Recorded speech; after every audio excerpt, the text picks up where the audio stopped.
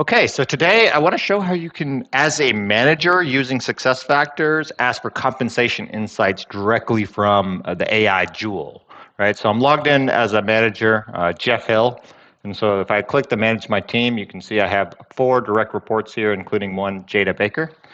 And so I'm going to come to Joule and just ask, can you give compensation insights on my employee, Jada Baker, right? And so I know in a previous video I actually showed how this functionality works by going to the profile, but now you can actually do this directly within Joule. So Joule's matched my employee, and then I just click Get Compensation Insights, and boom, I have it right over here. I can even expand Joule, and now it's giving me this information of, one, the content is generated using AI, which is always good to have.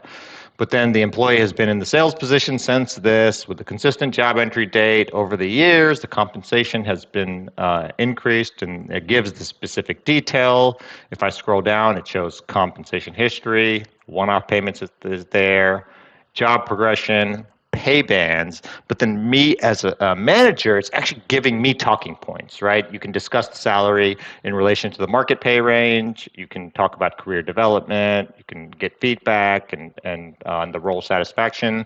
But then the really cool part is I've also prepared data sources for you.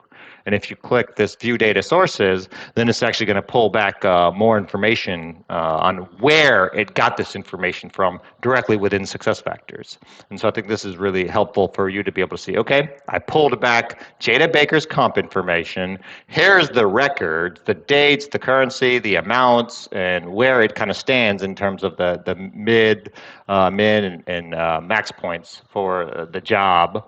Pulled back the job information, and then here's the employment details. So I didn't have to do anything, saw this directly from the AI, and I'm able to then prepare. Talk about time saved. I love this functionality.